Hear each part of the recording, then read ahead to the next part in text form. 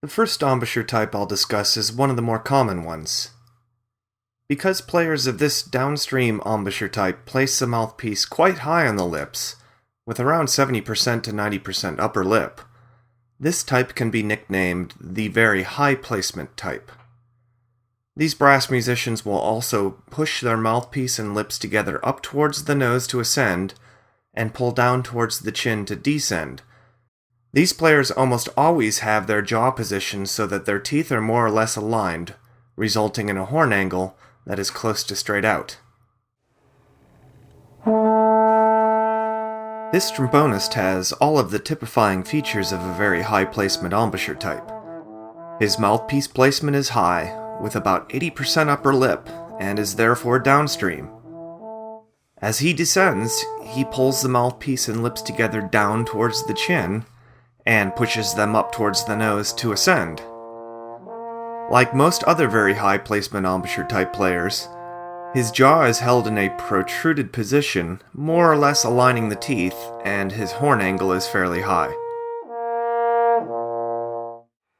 If you watch this player closely from the front, you can see how each pitch seems to have its own slot on the track of his embouchure motion. When he slurs one octave back to the starting pitch, he brings his mouthpiece and lips back to the same position along his teeth.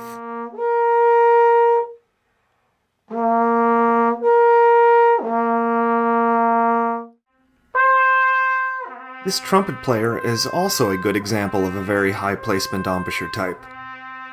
His mouthpiece placement is pretty high on the lips, and his embouchure motion is also to push the mouthpiece and lips together up towards the nose to ascend and pull them down towards the chin to descend. His horn angle is a little lower than most very high placement embouchure types, but it doesn't appear to be working against his playing in any way. All players have unique differences in their embouchure form and function, even comparing players of the same embouchure type.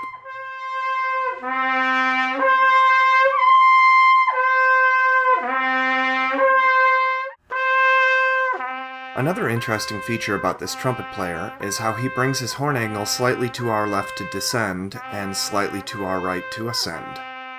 Combined with the embouchure motion, many players will find that altering their horn angles when changing registers helps to maintain necessary rim and lip contact with the changing shape of their teeth and gums underneath.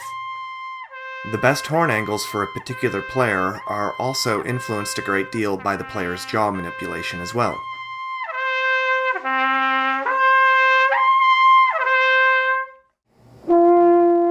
This horn player is an excellent example of a very high placement embouchure type as well. He places the mouthpiece with a great deal of upper lip inside the cup, and is definitely a downstream embouchure. His embouchure motion of pushing the mouthpiece and lips up to ascend and pulling them down to descend is easy to spot as well.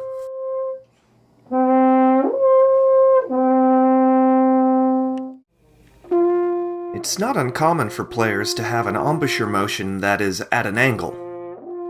This horn player pushes his mouthpiece and lips up and to his right to ascend, and pulls them down into his left to descend. Very high placement tuba players need a lot of room on their upper lip for the mouthpiece, like this player. Players with smaller upper lips may find their nose to get in the way. Since the tuba is supported on the player's lap, tubists will make the embouchure motion through adjusting the position of their bodies and instrument. Notice that this tubist still pushes the mouthpiece and lips together up to ascend, and pulls them down to descend. He also lets his mouth corners collapse almost every time he descends. It's better to keep the mouth corners firm in all registers.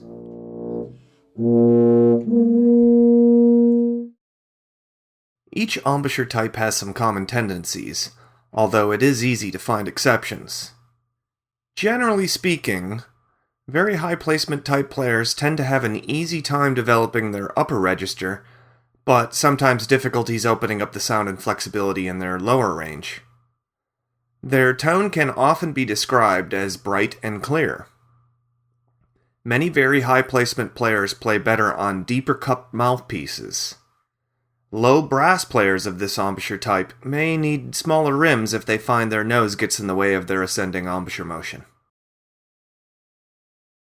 The next embouchure type I'll discuss places the mouthpiece with usually around just over 50% to 70% upper lip inside the mouthpiece cup, and can be nicknamed the medium-high placement embouchure type. This embouchure type is similar to the very high placement type, in that there is more upper lip inside the mouthpiece and is a downstream embouchure. Players of this embouchure type typically have a receded jaw position and a horn angle that is tilted down a bit more than very high placement types, but there are exceptions. The most important distinguishing difference is that the medium-high placement embouchure type will always pull the mouthpiece and lips down to ascend and push them up to descend, opposite of the very high placement type. This trumpet player places the mouthpiece with a little more upper lip than lower lip inside the cup, so the airstream still gets blown down. He is also typical of the medium-high placement embouchure type in that his lower jaw is slightly receded and his horn angle is tilted down slightly.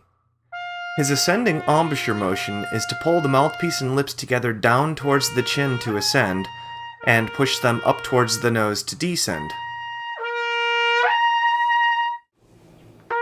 The view from the front shows a large amount of side-to-side deviation in his embouchure motion.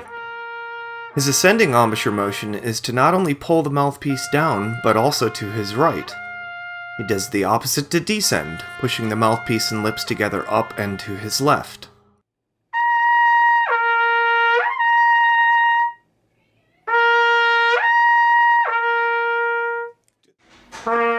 This next trumpet player is also a medium-high placement embouchure type.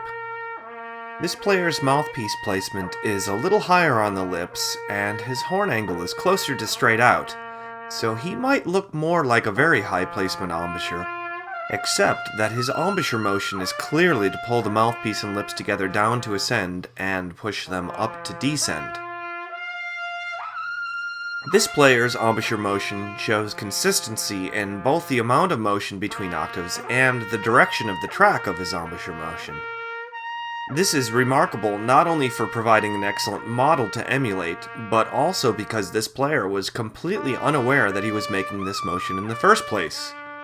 He was surprised when he viewed this video and I pointed it out to him. This next example of a medium-high placement embouchure type is a brass doubler. Watching him play bass trumpet here makes it difficult to tell in the lower register whether he is upstream or downstream, but when he ascends into the upper register, the lip position clearly shows him blowing downstream. His embouchure motion is down to ascend and up to descend, so he fits the medium-high placement embouchure type. Medium-high placement players who place the mouthpiece close to half and half need to be careful that they don't slide the mouthpiece to a lower placement on the lips as they ascend, and accidentally switch to an upstream embouchure.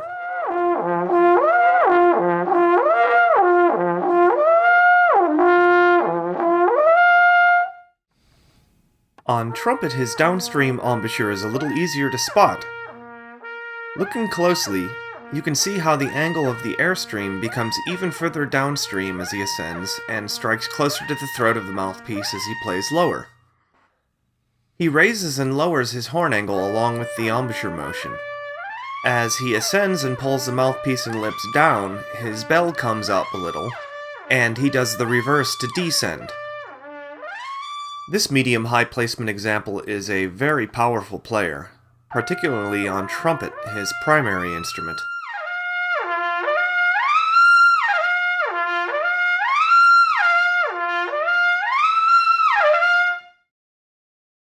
Medium-high placement players tend to have a darker timbre than the very high placement players.